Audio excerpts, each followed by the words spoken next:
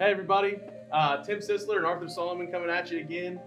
Today we're going to tell you the 11 steps to buying your dream home.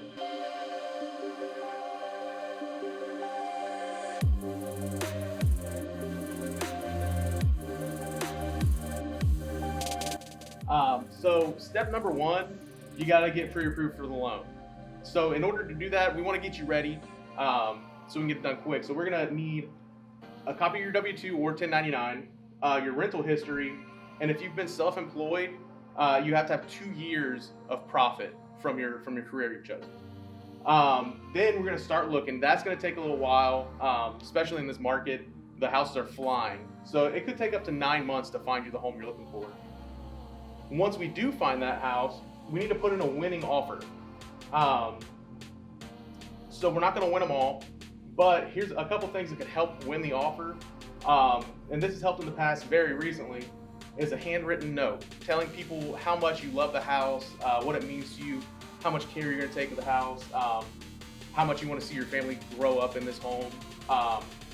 Or you can put in a large earnest money deposit, and now that comes out of pocket, but it basically shows how dedicated you are, how sure you are that you want to buy this house. Now that, like I said, it comes out of pocket, but it does come right back at settlement or at closing as a credit.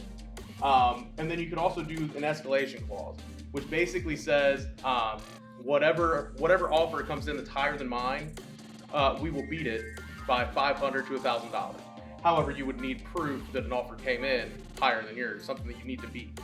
After that, you got to get the contract to a title attorney so they can start to work on that. They need a copy of the earnest money check. Then after that, you need to set up inspections. You have typically 10 to 14 days to get those done. And it's part of the due diligence. You're going to check the taxes. You're going to find everything out about the house that you can. Now this could cost between $500 to $1,000 out of pocket. And what that is, that's peace of mind. That's going to show you what you're getting. You're going to know that you're getting a sound house. Now, Arthur, can you tell us something about post-inspection agreement? Where do we go from there? Absolutely. Thank you very much. So once you get the inspections done, and if there's any issues, we work them out through the post-inspection agreement. We ask for repairs to be done or a credit to be given, and at that point, everything is agreed to in writing. After that point, we go ahead and order the appraisal. This is done. This is the money that you would pay to your lender. The lender would go ahead and order the appraiser. The appraiser usually comes out within a week or so.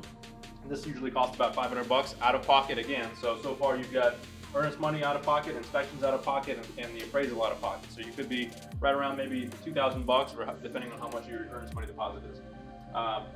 At that point, the lender, once they order the appraisal, they'll also send everything over to the title company so they can do a title search. And that's basically, they go back 40 years to make sure that you're not getting a house with liens and encumbrances and issues. You want to make sure you're getting a house that's free and clear. After the title search is ordered, this usually takes a couple days, 3 to 5 days to get that back. We'll get the appraisal back. This usually takes about a week after it's ordered and after it's done. We'll get the appraisal back, and what they look for in the appraisal is to make sure that the value is there.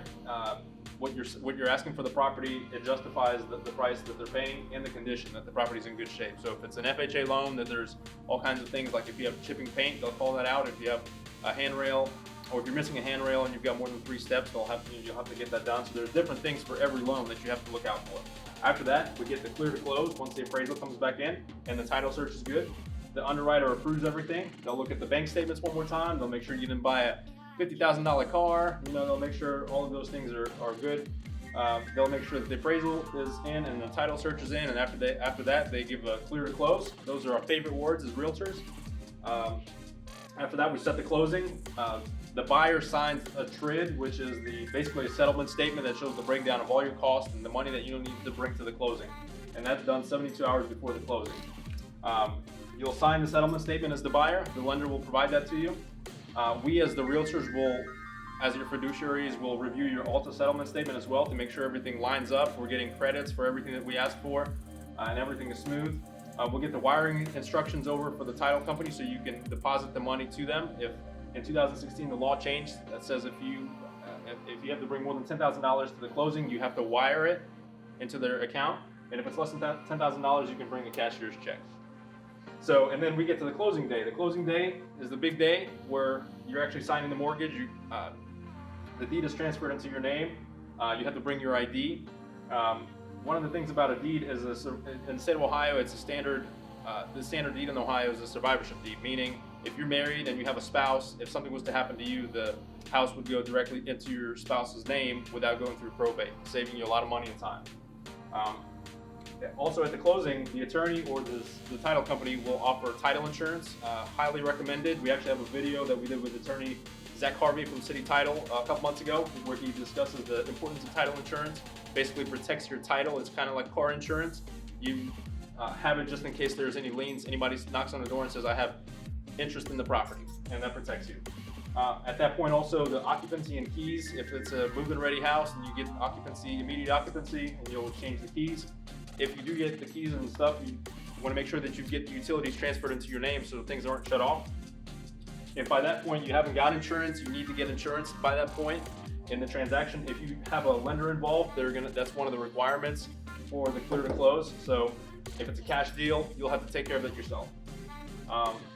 Last but not least, a house is usually the biggest investment that someone makes in their lifetime, so you want to make sure it's protected. So you want to talk to an attorney and make sure that that property is now reflected in your will if anything was to happen. So there's no issues with probate, and the survivorship deed covers that as well. But you want to make sure you talk to an attorney about getting a will as well. So hopefully this has been helpful for you guys. We appreciate you tuning in. If you have any questions, give us a call, 937-631-5562. 937-207-9272.